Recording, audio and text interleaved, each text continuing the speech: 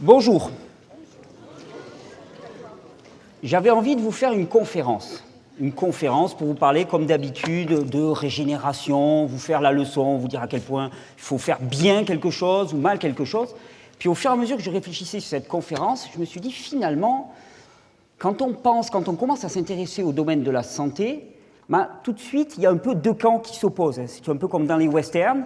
Il y a un camp qu'on dit un petit peu symptomatique. Vous savez, c'est un peu ce qu'on appelle la médecine moderne. Dès qu'il y a un petit bouton qui dépasse, dès qu'il y a quelque chose qui ne va pas, paf, on lui tape dessus.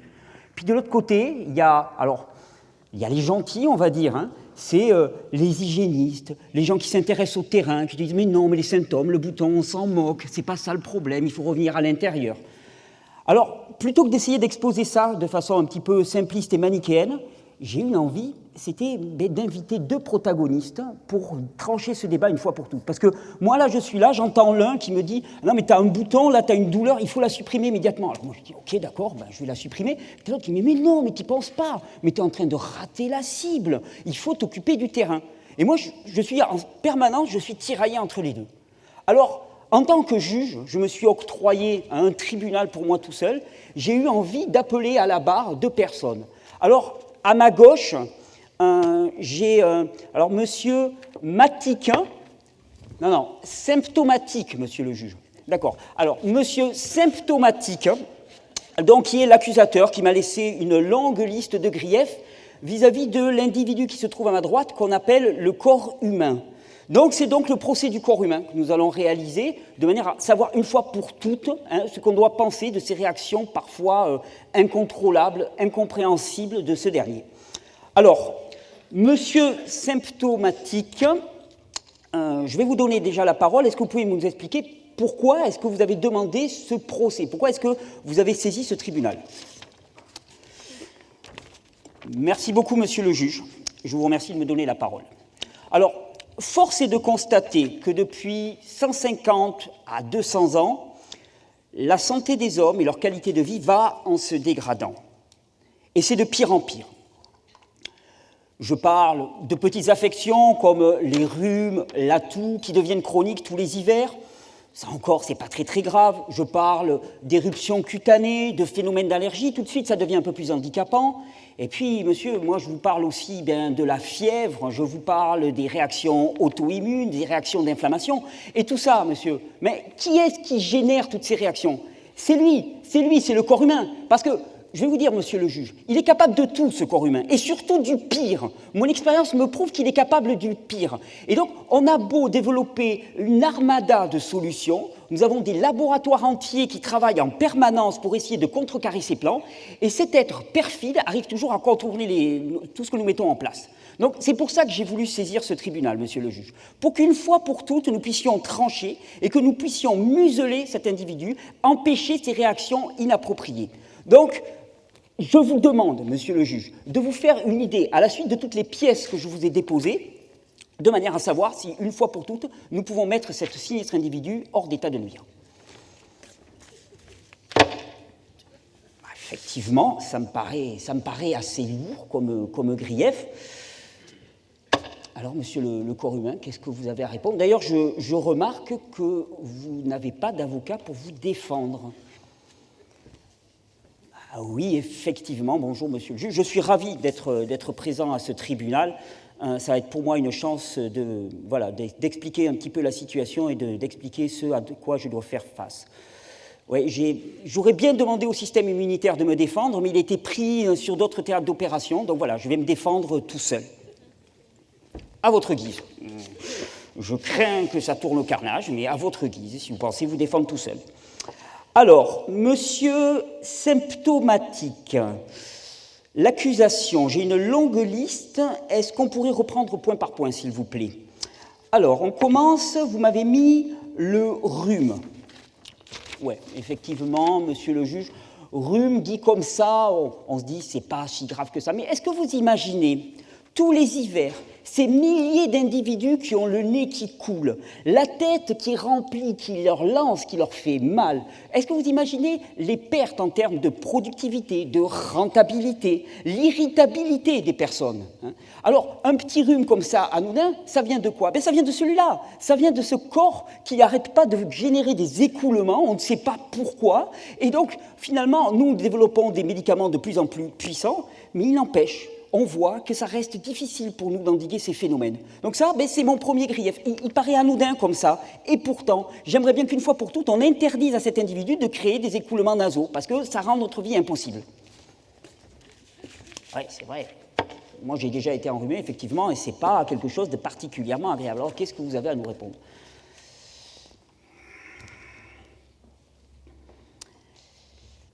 Écoutez. Les écoulements nasaux, ce que le monsieur appelle le rhume, tous les hivers, la raison en est assez simple, monsieur le Président. Imaginez que vous ayez accumulé une certaine quantité de produits toxiques à l'intérieur du corps. Toxiques. Ne vous inquiétez pas, je vais vous expliquer après. Ok, d'accord. Alors imaginez que vous ayez emmagasiné une certaine quantité de produits toxiques et que vous vouliez vous en débarrasser. Moi, techniquement, j'ai 3 portes de sortie. Il y a les reins, les intestins et les poumons. Et qu'est-ce qui se passe si ces 3 portes sont saturées, qu'il y a trop déjà de produits ou qu'elles ne sont pas assez ouvertes? Il faut bien que je fasse sortir par quelque part. Et bien moi, le nez, ça reste une voie de sortie pour moi préférentielle. Et puis je vais vous dire, monsieur le juge, monsieur Lavomatique, là, en face de moi, est très fier de ces médicaments qu'il a mis au point. Sauf que les médicaments anti-rhume, vous savez ce que c'est? Ce sont des vasoconstricteurs, c'est-à-dire qu'ils réduisent la taille des vaisseaux sanguins. Alors c'est bien gentil, mais des vaisseaux sanguins au niveau du nez, c'est aussi des vaisseaux sanguins au niveau de tout le cerveau. Ça vous dit quelque chose? Arrêt vasculaire cérébral? Pour un rhume, c'est quand même un petit peu dommage. Alors oui, effectivement, c'est pas agréable que ça sorte comme ça. Mais moi, simplement, je n'ai pas demandé qu'il y ait autant de toxines qui s'accumulent dans le corps humain. Et donc, si on diminue la quantité de toxines, je n'aurais pas à faire couler comme ça. C'est juste mon histoire, monsieur le Président. Votre histoire de toxines. Alors j'imaginais tout, mais alors un truc pareil, qu'est-ce que c'est que cette histoire-là? Bon, passons. Enfin, je doute qu'avec un argumentaire pareil, vous sauviez votre peau, mon jeune ami, mais bon. À votre guise. Bon, je vois à la suite la toux. Ah oui, la toux. Je pense particulièrement à la toux de nos pauvres enfants. Vous imaginez ces petits corps tordus de douleur en pleine nuit. Quel parent n'a pas frémi en attendant ses petits-enfants se déchirer les poumons lamentablement, pris de ces quintes de toux effroyables, ces enfants qui sont fatigués au matin parce qu'ils ont craché encore. Qui est-ce qui génère la toux? C'est lui. On a des antitoussifs, mais simplement, les puissances du corps est toujours supérieure à nos antitoussifs, et donc on ne peut pas l'empêcher. Alors, monsieur le juge, moi, la toux de nos enfants, ça me prend les entrailles. Quand je l'entends la nuit, ça me tord les boyaux. Et j'aimerais bien, là aussi, qu'une fois pour toutes, on puisse statuer. Quel besoin ce sinistre individu a-t-il de torturer ainsi nos jeunes enfants en particulier, et comment pourrait-on le mettre hors d'état de nuire? Ouais, ça, effectivement, là, tout de suite, ça devient un petit peu plus sérieux. Qu'est-ce que vous avez à répondre par rapport à ça? Et je vous conseille d'avoir un argumentaire un peu plus costaud que le précédent. Si je vous parle de toxines, vous n'allez pas aimer. Mais pourtant, écoutez, je vais vous répondre honnêtement. Si ça ne sort pas par les reins, si ça ne sort pas par les intestins, si ça ne sort pas par les poumons, ça sort par où? Par le nez. Et si les poumons sont trop obstrués, qu'est-ce qui se passe, monsieur le Président? Moi, je mets tous mes efforts. Mais vous croyez que ça m'amuse? Parce que pour générer une toux pareille, il faut que je fasse appel à un de mes auxiliaires qu'on appelle le système nerveux.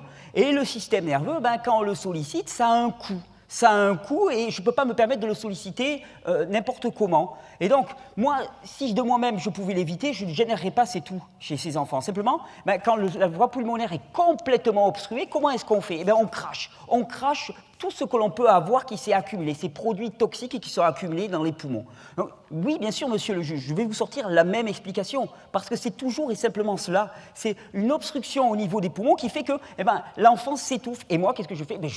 Je crache tout ça. J'estime que je rends service à cet enfant. Ouais, alors là, franchement, si vous comptez me servir votre histoire de toxine à tous les chefs d'accusation, je crois que ça va être rapidement réglé, ce procès. Alors, ne me dites pas, éruption cutanée. Éruption cutanée, et vous m'avez mis, monsieur symptomatique, là, vous m'avez mis particulièrement l'acné des adolescents. Ah bah oui, non, parce qu'on parlait des enfants tout à l'heure, mais le cas des adolescents aussi me touche énormément. Quand on pense à ces pauvres êtres qui sont à un moment crucial de leur vie, là, c'est un espace de transition entre l'enfance et l'âge adulte, qui se trouvent défigurés par des boutons. Alors heureusement, on a mis au point des tas de médicaments pour essayer de juguler ça, dont un particulièrement efficace qui s'appelle le Roaccutane. D'ailleurs, je voulais vous dire, c'est amusant des fois pour vous rendre compte un petit peu comment les choses peuvent arriver comme ça par hasard.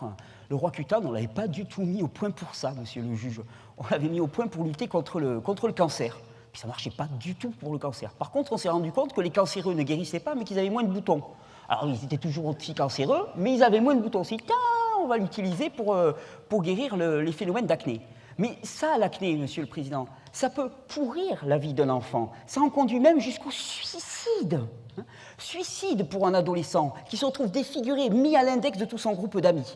Donc ça aussi, si on pouvait quand même statuer une fois pour toutes et interdire au corps humain de se manifester de cette façon, ça serait une bonne chose. Oui, moi j'ai connu ça, j'ai été particulièrement défiguré quand j'étais jeune moi aussi, et je sais ce que ça représente. Ça paraît anodin, et pourtant c'est quelque chose qui vous met vraiment de façon marginale à part de tous les autres. Qu'est-ce que vous avez à répondre ?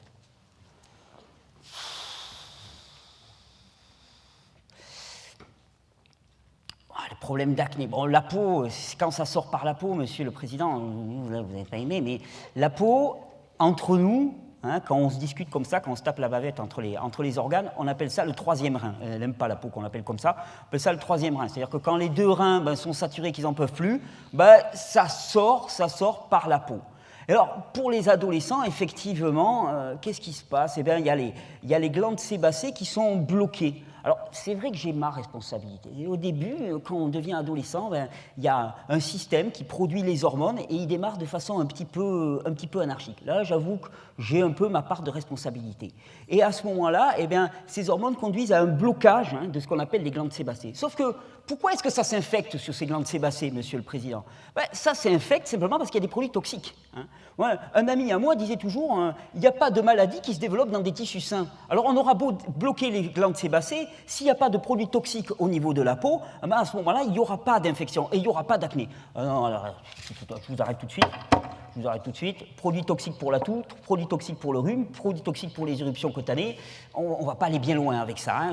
Ça paraît, vous avez toujours la même solution, toujours le même discours. C'est un petit peu court, mon jeune ami. Alors, surtout que, là je vois quelque chose, je vois quelque chose dont vous n'allez pas vous sortir comme ça. On parle de la fièvre. Oui, alors la fièvre. La fièvre, parlons. Qu'est-ce que c'est la fièvre ? Ce sont des pauvres individus qui voient leur température s'élever, qui finissent fatigués, épuisés. Leur température peut monter jusqu'à 39, 40. On a développé des produits pour diminuer cette fièvre. Mais vous imaginez la souffrance que ça peut représenter à l'échelle d'un individu. Un tel effort, c'est normal qu'après, on les retrouve complètement épuisés, sujets à d'autres infections, parce qu'ils ont trop donné lors de cette fièvre. Pourquoi est-ce qu'il se prend à faire un tel phénomène ? Pourquoi un tel mécanisme chez ce corps humain ? Ça, pour l'instant, on ne l'a jamais compris. Ces réactions un petit peu complètement aberrantes, alors en présence d'un virus, mais on a déjà un virus à combattre. Pourquoi est-ce qu'en plus il faudrait qu'on combatte une fièvre ? Ah oui, pourquoi combattre en plus une fièvre ? On a déjà un virus qui est en place, pourriez nous faciliter un petit peu la tâche. Alors oui, non, là, je ne vais pas vous parler de toxines, monsieur le juge, mais une fièvre. Est-ce que vous savez simplement ce que c'est qu'une fièvre ? Est-ce que vous savez ce que ça me coûte à moi, une fièvre ? Parce que là, en termes de système nerveux, quand je vous parlais de la toux, c'est un petit peu. Mais une fièvre, il faut énormément d'énergie nerveuse pour créer une fièvre. Donc, je ne ferai pas ça au hasard. Simplement, moi, quand je crée une fièvre, qu'est-ce qui se passe? Eh bien, j'élève la température du corps. J'élève la température du corps de manière à ce que les échanges se fassent de manière plus efficace. Les échanges avec quoi? Eh bien, les globules blancs, les globules rouges. Les globules blancs étant les éléments nettoyeurs du système, les globules rouges étant les éléments qui vont être constructeurs du système, eh bien, ils circulent beaucoup plus rapidement. On a une élévation de ce qu'on appelle le métabolisme. Et le métabolisme, monsieur le juge, ben, c'est l'essentiel de mon fonctionnement. Le métabolisme, c'est ce qui va gérer la vitesse à laquelle mon corps va se réparer, à laquelle il va se nettoyer.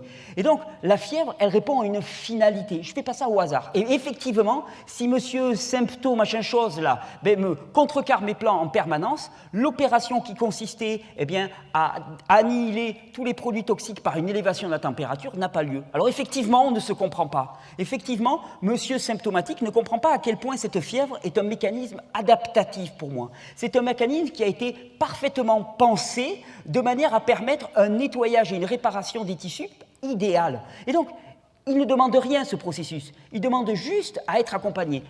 Ah non, mais l'autre, hein, vous avez déjà vu des gens arriver à une température de 40-41 degrés, ils ont l'air de se réparer. Non, mais regardez le rictus qu'ils font. Attendez, je ne vous dis pas que c'est particulièrement agréable, mais c'est pour répondre à une situation pathogène. Je fais ce que je peux avec ce qu'on m'a donné. Hein, si on ne m'avait pas mis dans une telle situation et s'il n'y avait pas eu une telle accumulation de produits toxiques, je vous l'interdis maintenant. Je ne veux plus entendre parler de produits toxiques. Attendez, monsieur le juge, hein, si je ne peux plus parler de produits toxiques, c'est l'essentiel de mon discours, puisque c'est l'essentiel des problèmes auxquels je suis confronté. Mais si on comprenait que la fièvre est un mécanisme adaptatif, qu'il n'est pas pathogène en lui-même, et que si la fièvre commence à dépasser les limites supportables par un individu, c'est simplement parce qu'il y a un épuisement du système nerveux et que la fièvre n'est plus endiguée. Vous savez, je ne fais pas les choses pour faire du mal, hein, pour faire du mal aux individus. Je ne cherche pas à vous nuire, monsieur le juge, c'est quand je fais une fièvre. Simplement, il faut bien comprendre que moi, j'ai une pédale d'accélérateur et une pédale de frein en permanence. La pédale d'accélérateur, ça va être la fièvre. Et je vais avoir des systèmes qui sont là aussi pour réguler, pour maintenir la fièvre dans un domaine qui soit supportable. Si la pédale de frein ne fonctionne pas, la plupart du temps, c'est parce que le système nerveux est épuisé.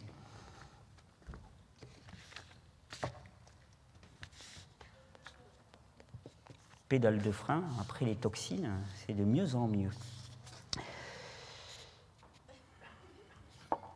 Alors, je lis inflammation. Ouais, inflammation, parlons-en.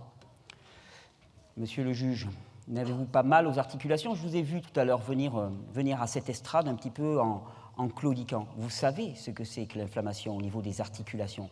Ces douleurs permanentes, lancinantes, chroniques et sourdes qui vous tiennent réveillés toute la nuit. Cette espèce de persécution permanente, cette torture à l'intérieur même de vos tissus. À ça, l'inflammation, il nous a fallu du temps pour la combattre. Heureusement, on a mis au point des produits qu'on appelle les corticoïdes, qui sont d'une efficacité vraiment redoutable. Et je suis assez fier de nos laboratoires pour avoir mis au point ces produits-là. Mais il n'empêche, l'inflammation, malgré les corticoïdes, malgré tous ces produits qui sont censés limiter l'inflammation, d'année en année, on la voit de plus en plus présente. Et on se retrouve face à des maladies chroniques qui sont des maladies inflammatoires contre lesquelles on ne peut rien. Là aussi, l'inflammation devrait être éradiquée définitivement. Il ne tient qu'à vous, monsieur le juge, d'interdire l'inflammation par décret, un décret formel que l'autre devra respecter obligatoirement. Oui, alors ça, moi, inflammation, je peux vous en parler. J'ai mes articulations qui se rappellent à moi tous les matins quand je me réveille. Ma grand-mère, d'ailleurs, est morte d'une polyarthrite rhumatoïde. Je peux vous dire que la pauvre dame a souffert à la fin de sa vie. Alors ça, effectivement, je pense que je pourrais statuer. Bon, je vais quand même vous écouter là-dessus. Je sais que ce n'est pas facile à comprendre, mais... Inflammation. Est-ce que vous savez simplement ce que c'est que l'inflammation? Est-ce que vous savez ce qui se passe à l'échelle de vos tissus? Ce que je sais, c'est que c'est douloureux. Après, le reste, je m'en moque un petit peu. Mais non, mais pourtant, vous devriez vous y intéresser. Quand il y a inflammation, il y a deux phénomènes qui se passent. Il y a dilatation, effectivement, et c'est ça qui est douloureux.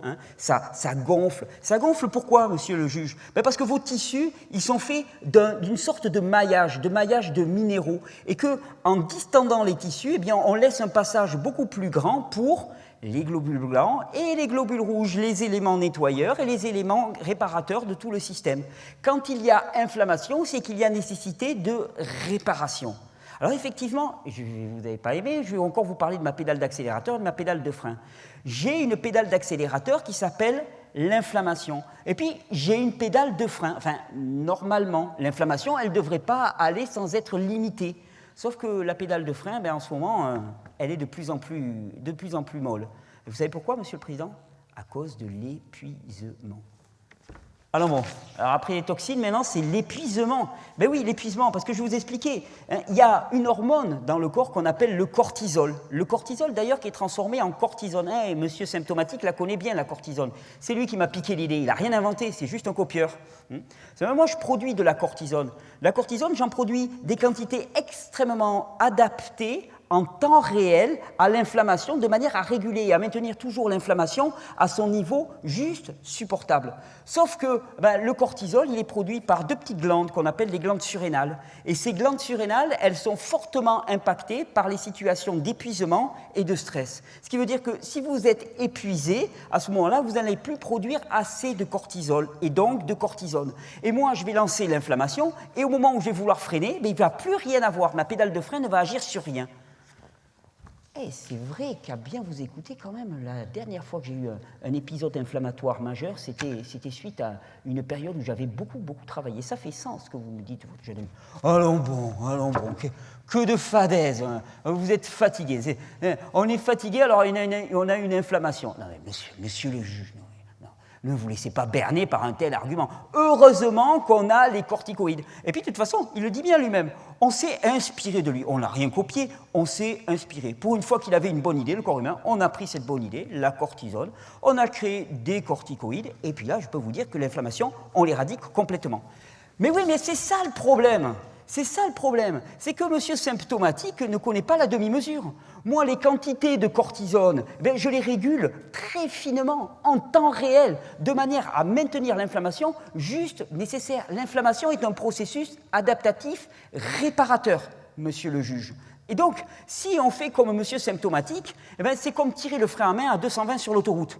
Qu'est-ce qui se passe si on tire le frein à main à pleine vitesse? La voiture, elle fait des tonneaux. C'est exactement la même chose. Monsieur Symptomatique ne connaît pas la finesse adaptative. Il n'a rien à voir avec la finesse de perception du corps humain. Et donc, au lieu d'amener la petite quantité de cortisone qui va maintenir juste l'inflammation dans des niveaux supportables, qu'est-ce qu'il fait? Il arrive avec ses grosses doses de cortisone, il bloque complètement l'inflammation. Oui, mais s'il bloque l'inflammation, il bloque la réparation aussi des tissus. Il bloque tout.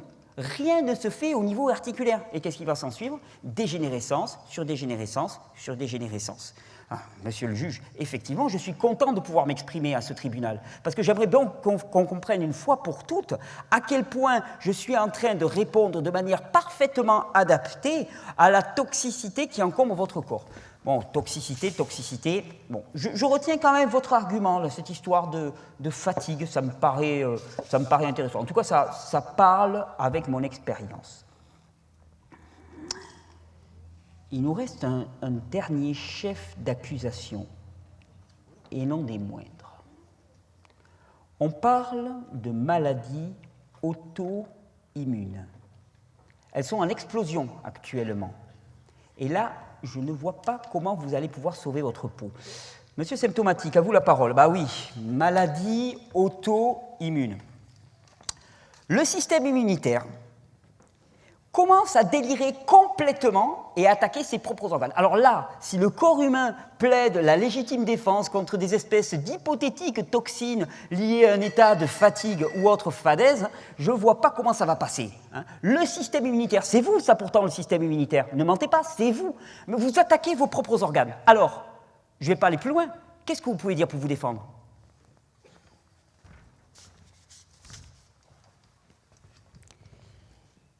C'est vrai qu'à première vue, ça peut paraître incompréhensible. Sauf que, imaginons que des produits toxiques, encore vos produits toxiques, oui, mais je ne peux pas faire autrement, Monsieur le Président, c'est ma réalité. Imaginons que des produits toxiques rentrent à l'intérieur du système. et que ces produits toxiques aient une similitude, une part de similitude particulièrement au niveau des chaînes de protéines et une part de similitude avec des molécules qui sont les miennes. Qu'est-ce qui se passe? Quand ces produits toxiques rentrent dans l'organisme, moi je les marque. Vous savez, c'est un peu comme quand vous vous promenez en forêt, puis de temps en temps, vous voyez des arbres qui sont marqués d'une croix parce que les forestiers ont décidé de les abattre. Mais moi, c'est la même chose. Quand un élément étranger rentre dans le système, je lui mets une petite croix, on appelle ça un antigène, de manière à ce que plus tard, je vienne le traiter et le détruire. Donc, je marque ces produits-là avec des antigènes et je produis énormément d'anticorps. Sauf que ces anticorps, ils ne vont plus faire la différence entre ces molécules et les molécules qui sont les molécules de mes propres organes qui partagent la même similitude moléculaire. Qui plus est, deuxième phénomène qui vient de se surajouter à ça, à force de toxicité, les produits toxiques qui étaient à l'extérieur de la cellule commencent à rentrer à l'intérieur de la cellule. Et la toxicité, elle devient intracellulaire. Alors à ce moment-là, mon système immunitaire, qu'est-ce qu'il fait? Il n'est pas fou. Son job, c'est de repérer les éléments étrangers et de les détruire. Donc, le système immunitaire, il se promène, il patrouille, et puis là, d'un seul coup, il voit une cellule. Il voit une cellule, sauf qu'il ne la reconnaît pas tout à fait. Elle ne ressemble pas exactement aux cellules. Vous savez, il a l'œil. Il a l'œil et puis il sait à quel point les éléments étrangers sont forts pour essayer de se faire passer pour qui ils ne sont pas. Et là, il repasse, il dit « Mais toi, je ne te connais pas ». Alors en fait, ça a beau être une cellule de notre organisme, étant donné qu'elle est entièrement congestionnée avec des produits toxiques à l'intérieur, elle a changé sa forme. Elle n'est plus reconnaissable comme un élément du soi. Et à ce moment-là, le système immunitaire, qu'est-ce qu'il fait? Il fait son travail. Il la détruit tout simplement. Il faut bien comprendre, monsieur le Président, que je me contente de me rebeller contre tout ce qui m'est étranger. Il y a une chose qui est essentielle pour moi, si vous me laissez la parole encore 2 minutes. Oui, allez-y. De toute façon, je sens que, vu la faiblesse de votre argumentaire, ce procès ne va pas durer longtemps, donc autant vous laisser encore vos 2 petites minutes. Merci, monsieur le Président. Je me rebelle contre ce qui m'est étranger. Il faut bien comprendre, monsieur le juge, que je suis un système naturel. Heureusement pour moi, je n'ai pas été conçu par l'intellect humain. Et comme tout système naturel, j'ai une propriété, je suis un système régénératif. J'aimerais bien que vous réalisiez que tout ce qu'a créé l'homme jusqu'à présent sont des systèmes dégénératifs, c'est-à-dire ce sont des systèmes qui épuisent la ressource. Moi, je suis un système régénératif parce que je suis un système naturel. Encore faut-il qu'on m'en laisse la possibilité. Et tous ces phénomènes contre lesquels vous combattez encore, ne sont que des phénomènes qui nous ramènent vers un état de santé, aussi étrange que ça puisse paraître. La réaction auto-immune, ce n'est qu'une réaction désespérée parce que la toxicité est venue à l'intérieur de la cellule. Et là encore, vous remarquerez, monsieur le juge, que je suis en train de procéder à un nettoyage. Alors oui, effectivement, ça peut être douloureux, mais simplement, ça correspond à une finalité. Je vais vous expliquer. J'ai des auxiliaires, j'ai des agents qui viennent m'aider. Et quand on parle de réaction auto-immune, on ne peut pas ne pas mentionner le rôle essentiel des bactéries. Ah non, mais monsieur le Président, l'autre fou, il va réhabiliter les bactéries. Ça fait des dizaines d'années qu'on met au point des antibiotiques pour lutter contre les bactéries. Non, là, arrêtez-le immédiatement, je ne peux pas entendre ça. Et pourtant, il va falloir que vous l'entendiez, monsieur symptomatique. Parce que les bactéries, on en a tellement qu'elles surpassent le nombre de nos cellules. Parce que vous parlez des besoins de la cellule. Savez-vous qu'on a 10 fois plus de micro-organismes et de bactéries dans notre corps que de cellules? Nous sommes avant tout bactériens. Alors, vos antibiotiques, ils sont magnifiques. Sauf que quelque part, si on considère qu'on est essentiellement bactérien, c'est des médicaments pro-suicides. C'est-à-dire qu'on est en train de se détruire nous-mêmes. Antibiotique, ça veut dire ce que ça veut dire. C'est contre le biote, contre le microbiote et contre l'ensemble de ces bactéries. Sauf que ces bactéries, elles ont des rôles extrêmement spécifiques. Et le premier rôle de ces bactéries, c'est d'être des agents du système immunitaire par excellence. Parce que quand on parle du système immunitaire, monsieur le juge, on parle principalement du système immunitaire qui est à l'intérieur de nous. Sauf que avant que ces produits toxiques ne rentrent, il y a une barrière extérieure. C'est un petit peu comme la première ligne de rempart. Et cette barrière extérieure, qui se trouve à la surface de notre peau, de nos intestins, c'est une barrière bactérienne. Et cette barrière bactérienne, elle a un rôle essentiel. Elle permet de nous protéger contre la plupart des produits toxiques. Cette barrière bactérienne, c'est notre système immunitaire à part entière. Et effectivement, tout ce qui a été mis en place depuis des dizaines et des dizaines d'années va dans le sens de nuire à cette population bactérienne. Et il serait essentiel de réhabiliter toute cette population. Ces bactéries, monsieur, elles sont responsables de l'assimilation des nutriments, parce que quand on parle assimilation, on pense tout de suite aux enzymes qui sont produits par le pancréas. Et savez-vous que la principale source d'enzymes, c'est les bactéries qui les produisent. Les bactéries attrapent les produits toxiques et les éliminent. Elles digèrent les aliments que nous consommons de manière à les rendre plus disponibles pour notre corps. Quelque part, elles sont les agents de notre fonctionnement et de notre vitalité. Effectivement, si on lutte contre les bactéries, effectivement, plus aucun des systèmes de régulation dans le corps ne peut fonctionner de manière adéquate. Et donc, il faudrait vraiment saisir à quel point cette flore bactérienne qui se trouve à la surface de toutes les muqueuses, la peau, les poumons, les intestins, est essentielle. Sans elle, je ne peux rien faire. Je vous dis, monsieur le juge, que je suis un système régénératif, mais j'ai besoin de mes auxiliaires, j'ai besoin de ces bactéries.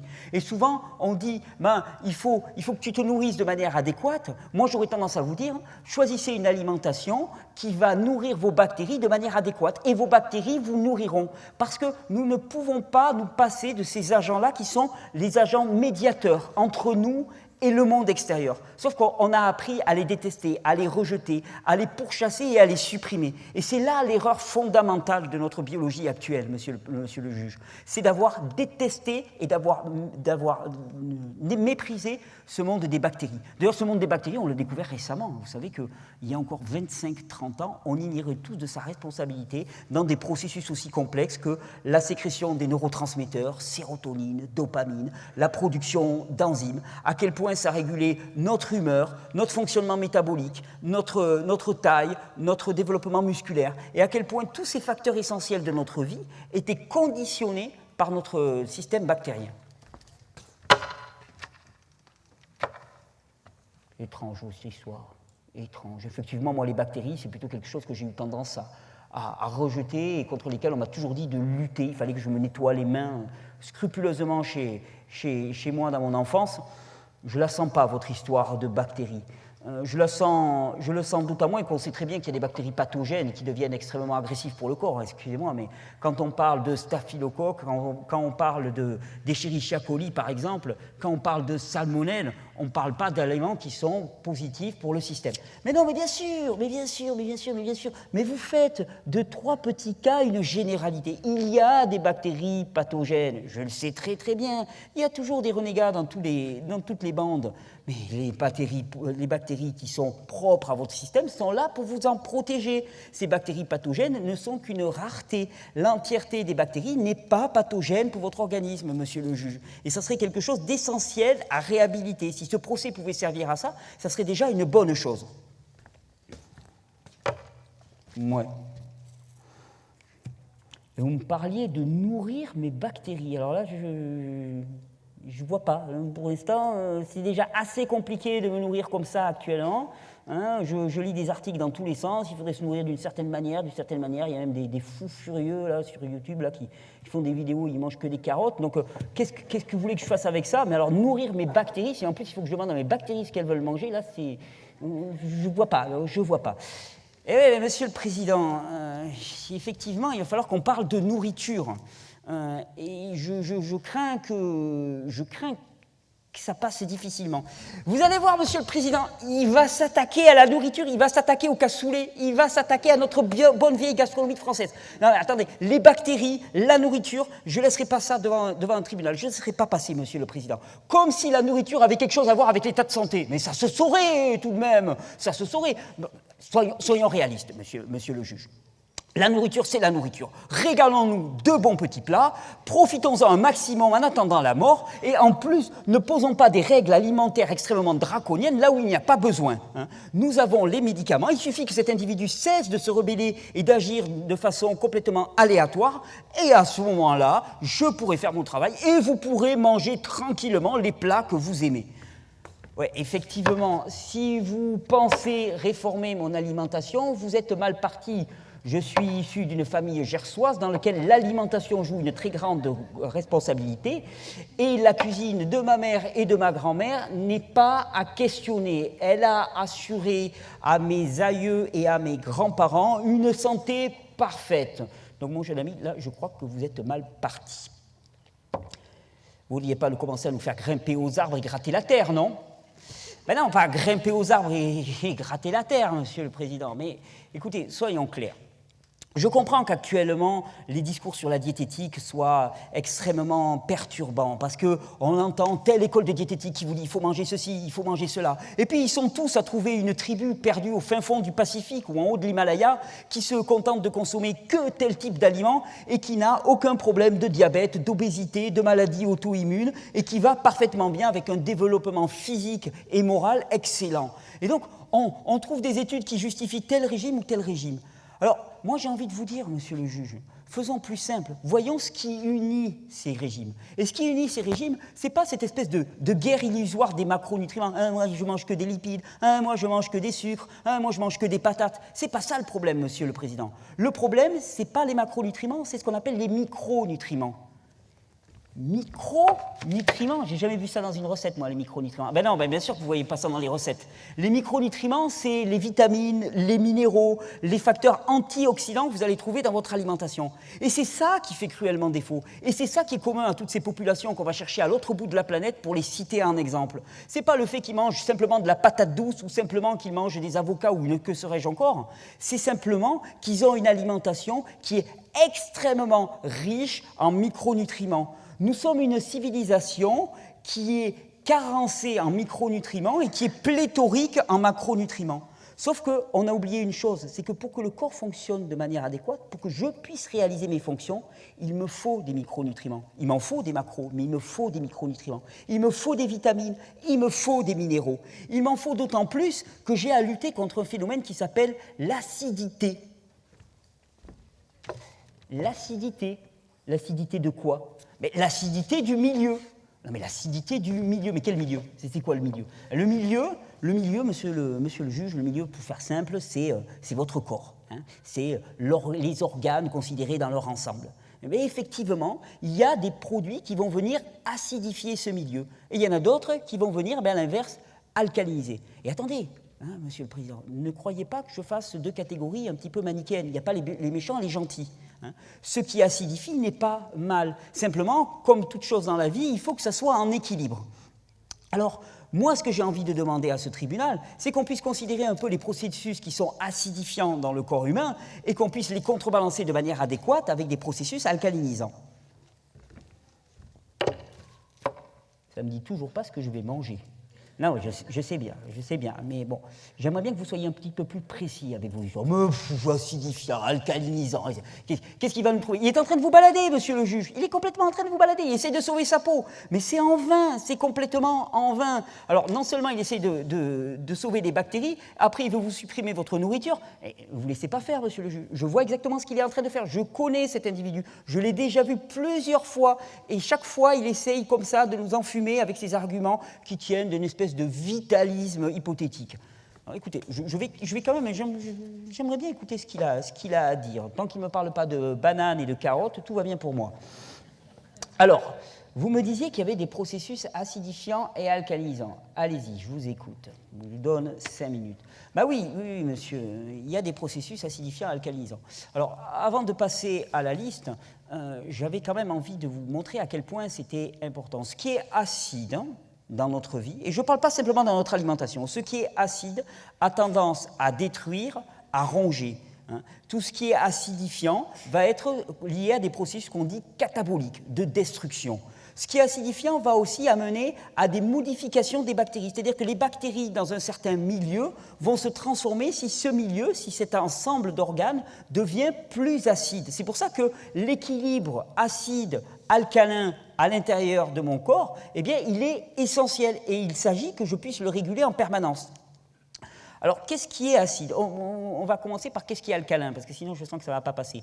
Qu'est-ce qui est alcalin, monsieur le juge? Ce qui est alcalin, c'est tout ce qui procure de la détente au corps, d'abord, sur le plan du mode de vie. C'est-à-dire que quand vous vous reposez, quand vous vous massez, quand vous vous faites masser particulièrement, quand vous êtes au soleil, quand vous vous reposez, que vous prenez de la vacance au sens premier du terme, eh bien là, vous favorisez les processus d'alcalinisation et de réparation dans votre corps. Au niveau alimentaire, c'est simple.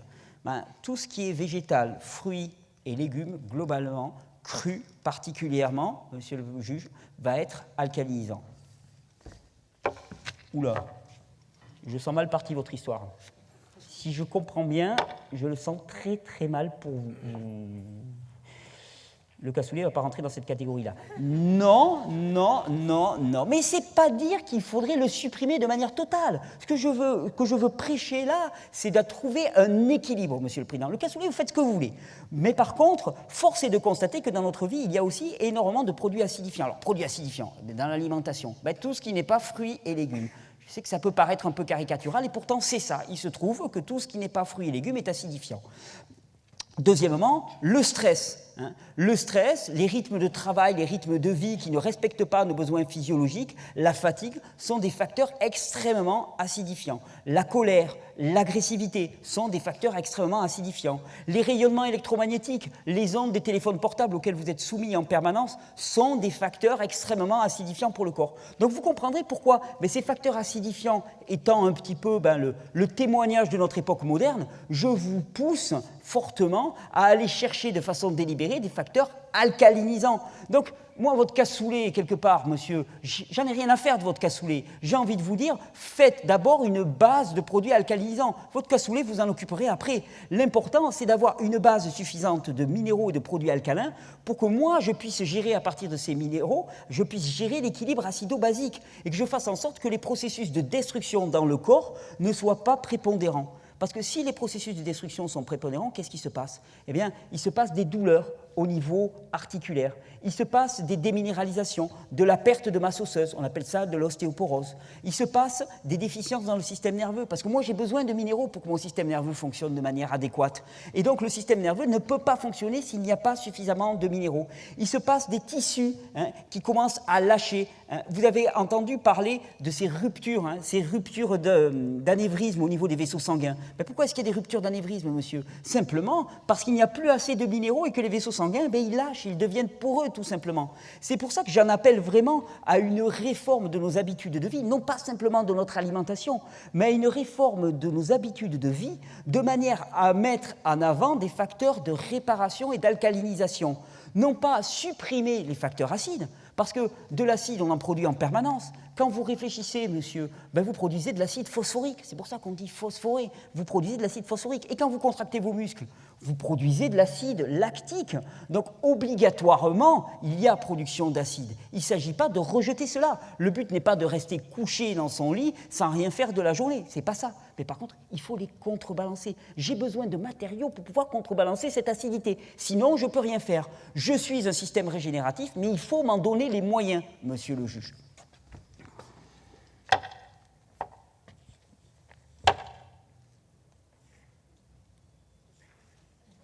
Mal partie votre histoire, parce que si à bien vous écouter, il faudrait que j'arrête de travailler, il faudrait que je calme le rythme, il faudrait que j'aille me faire papouiller par des masseurs et que je commence à manger des fruits et des légumes à foison. Ce n'est pas vraiment le programme pour les prochaines semaines, donc là, je ne vois pas trop ce que je vais y faire. Moi, je vous donne l'information, je vous dis quels sont mes besoins. Moi, après, vous faites ce que vous voulez, ça reste vous le boss, monsieur le juge. Mais moi, après, qu'on ne me demande pas de réagir de manière adéquate, qu'on ne me reproche pas d'avoir des réactions d'inflammation, parce que si on ne me donne pas les bons matériaux, moi, après, je crée l'inflammation. Et puis, si l'inflammation ne marche pas, tant pis, on passe à la prochaine histoire. Moi, je fais ce que je peux. Vous me parliez de votre système nerveux. Qu'est-ce que c'est cette histoire de système nerveux qui serait épuisé par nos conditions de vie modernes? J'ai vu ça marqué dans mes papiers. Qu'est-ce qu'elles sont nos conditions de vie modernes? Nos conditions de vie modernes, monsieur le Président. Mais regardez-vous. Mais regardez comme vous êtes épuisé. Attendez, épuisé, je vous en prie, mon jeune ami. De toute façon, c'est moi le président de ce tribunal, donc je vous prie de garder votre langue un petit peu. Non, mais regardez, sérieusement, on parle entre nous, là, vous n'avez plus rien à cacher. Regardez comme vous êtes épuisé, regardez comme vous êtes avachi. Et ça ne vous arrive pas d'avoir des petits moments de fatigue et de dépression? Oui, mais comme tout le monde, et puis le samedi soir, ça passe, on va boire un coup avec les copains et ça se passe. Et oui, non mais attendez, monsieur, mais ça c'est pas anodin du tout. La fatigue s'accumule, le stress s'accumule. Le système nerveux, c'est mon allié essentiel. Hein. Qu'est-ce qui fait la différence entre un mort et un vivant? C'est un système nerveux. Quand le système nerveux s'arrête complètement, eh bien, le corps, ce n'est qu'un amas d'organes, c'est un amas de cellules, tout simplement, de cellules et de bactéries. Les bactéries venant d'ailleurs pour digérer le corps. On se auto-digère au bout d'un certain moment. Et donc, le système nerveux, c'est tout ce qui va faire la différence. Si votre système nerveux commence à être de plus en plus faible, vous êtes de plus en plus mort, simplement, Monsieur le Président. Et vous vous traînez. Et je vous vois, et je sais que vous savez. Je sais que vous savez que d'année en année, vous commencez à perdre de votre vitalité, à perdre de votre vigueur. Ouh, même le soir avec votre dame, là, ça commence à être de plus en plus compliqué. Oui, j'ai vu les commandes de plantes exotiques que vous avez faites. Oui, mais ça l'empêche, ça ne cache rien. Hein. Il manque de la vitalité, monsieur. Vous êtes en train de vous épuiser. Mais simplement, votre vitalité sexuelle, bon, je comprends que ça soit handicapant pour vous, mais au final, ce n'est pas le plus important pour moi. Parce que le système nerveux, il joue partout dans l'organisme. Tous les échanges, toutes les réparations, toutes les assimilations, toutes les nourritures que je vais pouvoir utiliser, ben c'est grâce à ce système nerveux. C'est grâce à ce système nerveux sur lequel je dois m'appuyer. Les rythmes de vie modernes ne correspondent en rien aux besoins de ce système nerveux. J'aimerais bien qu'on entende que j'ai des besoins. J'ai juste des besoins spécifiques. Et les besoins de ces systèmes nerveux, ils sont simples. C'est d'avoir du temps pour la réparation. Il y a un temps pour l'action et un temps pour la réparation. Et monsieur le juge, rendez-vous compte de la vigueur que vous avez perdue, de l'enthousiasme que vous avez perdu. Et je vous connais. J'étais avec vous quand vous étiez jeune, quand vous vouliez réformer le système judiciaire français. Vous aviez des grands espoirs. Et puis là, qu'est-ce que vous avez fait? Vous êtes couché maintenant. Vous êtes résigné, vous attendez patiemment la retraite. Tout ça, c'est pourquoi? Parce que votre système nerveux est de plus en plus épuisé. Vous êtes en train de devenir de plus en plus ramolli, monsieur le juge. Simplement parce que vous n'avez plus cette vitalité, cette énergie première qui vous permet ensuite d'avoir tous ces processus métaboliques dans le corps qui commencent à se mettre en place. Ah, c'est vrai. Qu'est-ce que vous avez, vous, pour le système nerveux? Mais le système nerveux. Oh, un petit café, et puis on n'en parle plus. Oh, puis, à la rigueur, j'ai quelques amphétamines, là, vous passez, vous allez voir. Voilà, c'est normal, c'est la vieillesse, ça. De toute façon, il faut bien que ça s'use à un moment ou à un autre. Donc, c'est quoi ces histoires-là? Non, monsieur le juge, ça ne tient à rien, Dites-moi là, avant qu'on tranche de façon définitive, vous m'avez parlé tout au long de votre argumentaire de toxines. C'est quoi votre espèce d'épouvantail là, des toxines? Et ne me sortez pas le cassoulet parce que ça ne va pas passer non plus. Alors, c'est quoi vos toxines? Ah ben les toxines, monsieur, c'est un mot facile que j'ai pris pour essayer de simplifier mon discours. Je pourrais rentrer dans des détails. On pourrait parler des acrylamines. Les acrylamines, c'est les bons petits produits. Vous savez, quand vous faites rissoler des pommes de terre à la poêle, oui, je vois exactement. Oui, ben vous voyez exactement. Vous savez, quand ça commence à noircir un petit peu, oui, c'est le meilleur. Ah oui, c'est le meilleur. Ouais, sauf que ça, ce bon petit goût-là de brûler, hein, c'est un petit goût de cancer. Je ne sais pas si vous le sentez là. Hein, vous le sentez là un petit peu, la chimiothérapie qui arrive. Hein. Mais c'est exactement ça. Ça s'appelle des acrylamines et c'est parmi les produits les plus toxiques qu'on puisse imaginer. De la même manière, quand vous chauffez à haute température, il y a des produits qu'on appelle les molécules de Maillard. Et les molécules de Maillard, c'est là aussi parmi les produits les plus toxiques qu'on puisse imaginer. Et puis j'en passe, et les additifs alimentaires, et les colorants, et les métaux lourds qu'on va trouver dans différents produits. Mais tout ça, ce sont ces produits toxiques. Pour moi, une toxine, monsieur le Président, j'ai voulu faire simple, parce qu'il n'y avait pas lieu lors de ce procès de rentrer trop dans les détails, c'est tous les produits que le système ne va pas pouvoir utiliser. C'est tous les produits dont je n'ai rien à faire. C'est des déchets pour moi. Un déchet, c'est quelque chose dont je ne peux rien faire et qui va venir s'accumuler. Écoutez, moi, ma grand-mère, monsieur, ma bonne grand-mère gersoise, elle a vécu jusqu'à 92 ans. Elle buvait 1 litre de vin par jour, fumait un paquet de cigarettes et mangeait du cassoulet. Si j'ai bien compris votre pyramide alimentaire, ma grand-mère était complètement à côté et pourtant elle avait une vitalité que beaucoup lui envieraient. Alors vos explications... Ah oui, monsieur le Président, mais on sort toujours ça, la vieille grand-mère. Et vous, monsieur le Président, vous buvez une bouteille par jour? Oh, même pas, d'accord. Vous fumez? Non, même pas. Ok, d'accord. Et vous allez bien? Et voilà, vous n'allez pas bien. Alors votre grand-mère, je n'ai pas grand-chose à faire. Votre grand-mère, elle allait bien parce qu'elle avait une vitalité, elle avait une base, elle avait un patrimoine de base, elle avait des minéraux à la base, elle avait un compte en banque qui était extrêmement garni. Sauf que génération après génération, parce qu'on ne nous a pas appris les modifications cruciales qui étaient faites dans notre mode de vie et on ne nous a pas appris à nous en méfier, eh bien, génération après génération, ce compte en banque diminue. Et votre compte en banque est beaucoup plus faible que celui de votre grand-mère. Vous pouvez moins vous permettre ce qu'elle faisait. Et vos enfants, c'est encore pire. C'est pour ça que moi, l'exemple de la grand-mère, qu'on me sort toujours, il ne tient pas la route. Nos grand-mères faisaient ça. Tant mieux pour eux, mais nous ne pouvons pas nous le permettre. Parce qu'essayez de vivre comme votre grand-mère, vous allez voir dans quel état vous allez finir. Et puis votre grand-mère, il n'y avait pas que le facteur alimentaire, parce que c'est facile de me sortir le facteur alimentaire. Mais il y avait aussi le facteur du mode de vie. C'était des gens qui se couchaient avec le soleil, qui se levaient avec le soleil. C'était une vie villageoise, rurale, en groupe, dans laquelle tout le monde travaillait ensemble. C'était une vie dehors, à faire de l'exercice physique. Ça n'a rien à voir avec nos conditions. Alors, sauver le cassoulet simplement parce que votre grand-mère s'est nourrie de cassoulet, ça ne tient pas la route. Ce n'est pas un argument, monsieur. Et donc, le cassoulet, moi, vous pouvez faire ce que vous voulez avec, simplement assurer une base de minéralité excellente. Parce que c'est là-dessus que vous allez pouvoir construire tous les processus régénératifs. C'est ce dont moi j'ai besoin pour réaliser ces processus de guérison. Après, vous trouvez votre équilibre en fonction de votre état de santé. Mais certains pourront se permettre certaines digressions, d'autres, ça sera plus difficile. Et les minéraux, les produits alcalins, monsieur, vous allez les trouver simplement dans des produits bruts, non dégradés. Vous allez les trouver aussi dans tous les processus qui participent à la réparation du corps. C'est-à-dire, tout simplement, vous reposez, calmez le rythme, tout simplement. Vous octroyez du temps en plein air, au soleil. On a besoin du soleil. Vous savez, monsieur le juge, si vous avez une plante verte et que vous la maintenez à l'ombre alors qu'elle a besoin de plein soleil, votre plante verte, elle va commencer à péricliter. Qu'est-ce que vous allez faire? Vous allez lui apporter un peu d'engrais de ceci, de cela pour essayer de la faire aller mieux? Mais non, vous la mettez en plein soleil et elle va aller bien.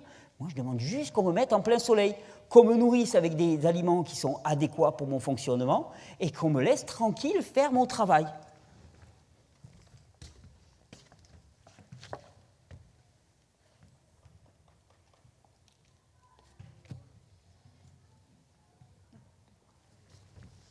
Monsieur le Président, oui, je vais quand même me permettre. Je ne sais pas si vous vous rendez compte de la gravité de la situation. Cet individu en appelle à l'insurrection. Il nous demande de battre en brèche toutes les structures qui nous ont transformés d'êtres primates dégénérés, poilus hirsutes, qui vivions dans des grottes et qui nous a amenés à notre développement actuel. Excusez-moi, Monsieur le Président. Qui nous a amenés au développement actuel qui est le nôtre, ce paroxysme de la civilisation, cette explosion de créativité humaine, cette civilisation qui est vraiment la manifestation même de toute notre technologie, de tous nos choix en termes de vie. Et qu'est-ce qu'il veut? Il veut battre ça en brèche. Il faudrait qu'on s'arrête de travailler, il faudrait qu'on se mette au soleil, pourquoi pas à poil aussi, tant qu'on y est, et puis qu'on grimpe aux arbres. Ça y est, monsieur veut retourner dans les arbres. En fait, c'est une involution qu'il nous propose. Il nous propose de redevenir le chimpanzé qu'il pense que nous étions. Non mais monsieur le Président, c'est un appel à l'insurrection. Non mais attendez. Moi, je vais quand même défendre quelque chose, là. Monsieur, moi, je voudrais défendre la notion de conflit d'intérêts. Parce que monsieur symptomatique, quel est son intérêt? C'est pas votre santé, monsieur le juge. Qu'est-ce qui crée de la valeur pour lui? C'est pas votre santé.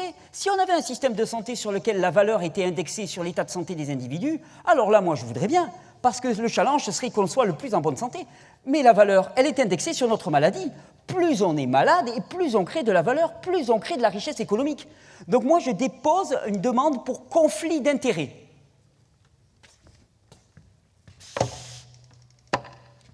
Bon, je crois que tout a été dit. Maintenant, ça va être le moment que je préfère, c'est le moment, c'est la minute démagogique. On va voter. Alors, j'ai à ma gauche monsieur symptomatique qui demande à ce que le corps humain soit muselé, parce que ces réactions sont incontrôlables. Vous me dites si je trahis vos propos. Ces réactions sont incontrôlables, malgré tous vos efforts, Et donc, il demanderait à ce que le corps humain soit complètement muselé. De l'autre côté, nous avons le corps humain qui demande à ce qu'on mange des bananes et des carottes. Non, non, monsieur le Président. Moi, ce que je voudrais juste qu'on intègre, hein, c'est que j'ai des besoins. Et on me parle sans cesse des droits de l'homme. Hein, les droits de l'homme par-ci, les droits de l'homme par-là. Moi, j'aimerais bien qu'on parle des devoirs de l'homme. Hein, parce qu'on vous a donné un corps. Et puis, on verra par la suite aussi qu'on vous a donné un milieu, un terrain biologique aussi, le terrain sur lequel vous posez vos pieds. On vous les a donnés et vous devez en prendre soin, c'est de votre responsabilité. Alors on parle tout le temps des droits de l'homme, moi j'aimerais bien parler des devoirs. Et les devoirs de l'homme, c'est de prendre soin de ce corps-là, parce que le corps peut réaliser toutes les opérations de guérison. Je suis à même de réaliser toutes les guérisons. Ne demandez pas à cet individu, il ne comprend rien à mon fonctionnement. Il a encore découvert il y a à peine 20 ans que j'étais composé de bactéries, alors que c'est 10 fois plus que mes cellules. Alors vous imaginez, vous allez parier sur un individu pareil. Non, il ne connaît rien de mécanisme. Par contre, moi je connais tous mes mécanismes, tout ce que je ne vous demande pas de comprendre comment je fonctionne, je vous demande juste d'assurer mes besoins minimums, qui sont de me placer dans des conditions où je puisse m'épanouir et avoir à ma portée les matériaux qui sont nécessaires à ma fonction de système régénératif. Voilà ce que je demande, Monsieur le Président. Bon, j'ai rien compris à son discours, et si vous avez compris, tant mieux. Alors, nous avons d'un côté Monsieur Symptomatique qui demande à ce que le corps humain soit muselé, et nous avons monsieur qui veut abolir les droits de l'homme, à peu près. Mais enfin, en tout cas, qui nous réclame qu'on respecte. Alors, c'est quoi? C'est la semaine des 30 heures, des 25 heures, des 20 heures, je ne sais pas. En tout cas, il veut se reposer. Il veut se reposer, être au soleil et manger des fruits et des légumes. Qui n'en a pas envie? Oui, je vous comprends par certains côtés. Bon, enfin, en tout cas, on va voter, hein, on va trancher rapidement. Donc, qui est-ce qui est pour museler le corps humain de façon définitive? Ah, quand même quelqu'un, merci. Bon, maintenant le meilleur moment. Qui est-ce qui est pour redonner les pleins droits au corps et répondre à ses besoins de manière adéquate? Oh! Je réhabilite donc le corps humain. Merci beaucoup, merci. Alors...